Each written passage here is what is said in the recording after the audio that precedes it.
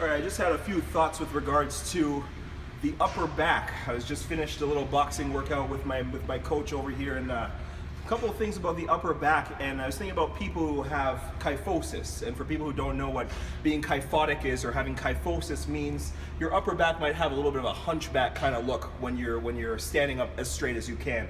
So it's trying to avoid that position there. So it's not necessarily having poor lower back posture, but it's that upper back having that slouch. A lot of people naturally slouch. I naturally slouch, but I'm not necessarily kyphotic.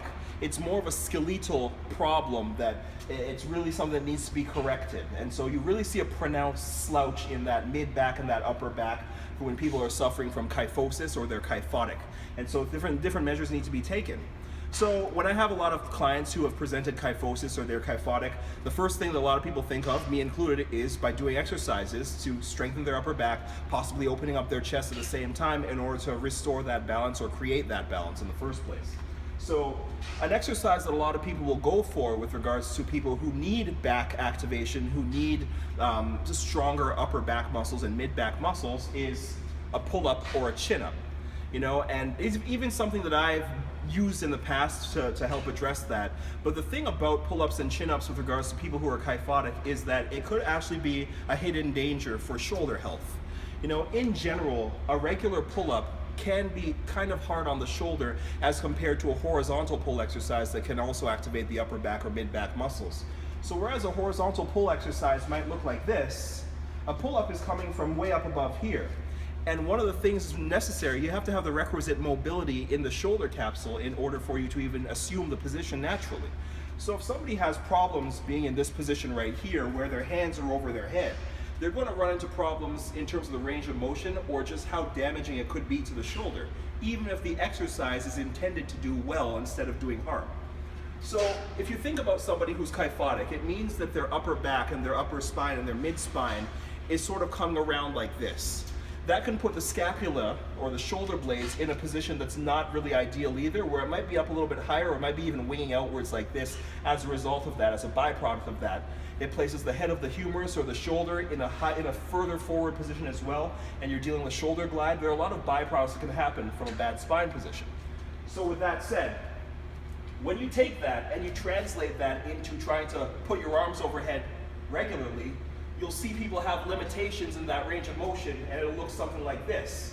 In order for them to get overhead further, they might have to do something like that and arch back in order to achieve the position. So when we tether our hands to a pull-up bar or a chin-up bar, we might seem like we have the position just because we're anchored now. And so all of a sudden, when we're here and we go like this, it forces us into that position. But it doesn't necessarily mean that it's doing a healthy thing for the shoulder, because it's not the intended range of motion, or it's not the range of motion that's capable of at this current time. A better choice for you to do is to do exercises that correct that imbalance first and can train the spine to properly extend without having any sort of load being bore over the shoulders or the hands position. Right? So doing exercises like a foam roller extension, for example, where you sit on a foam roller on your upper back and you sort of train the spine to go around that roller. That's a good example of an exercise that I like to use with clients to sort of just help train that thoracic extension. And there are more exercises too, like cat camels or bird dogs. Those are good exercises too. But it's getting a little bit aside from the point, because from the bottom of the lift, when we talk about the pull-up once again, we're looking at a position where if your back is rounding out like this, you're not going to be in the best shoulder position when you're underneath there.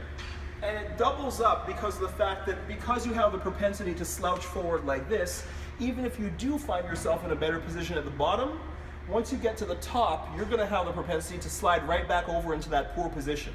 And that's what I see with 90% of clients who do pull-ups, who have kyphosis, is that that top position starts looking like this, instead of looking in a little bit of a thoracic extension the way that it should. Like that. So there's a big difference there when you do a chin-up, is that you don't want to finish closed like that, even if you are getting the bar past your face and you're getting your chin over the bar and so on. If your back position looks like this, that means all those muscles there aren't engaged and it looks all stretched like that. It's not going to do you much good.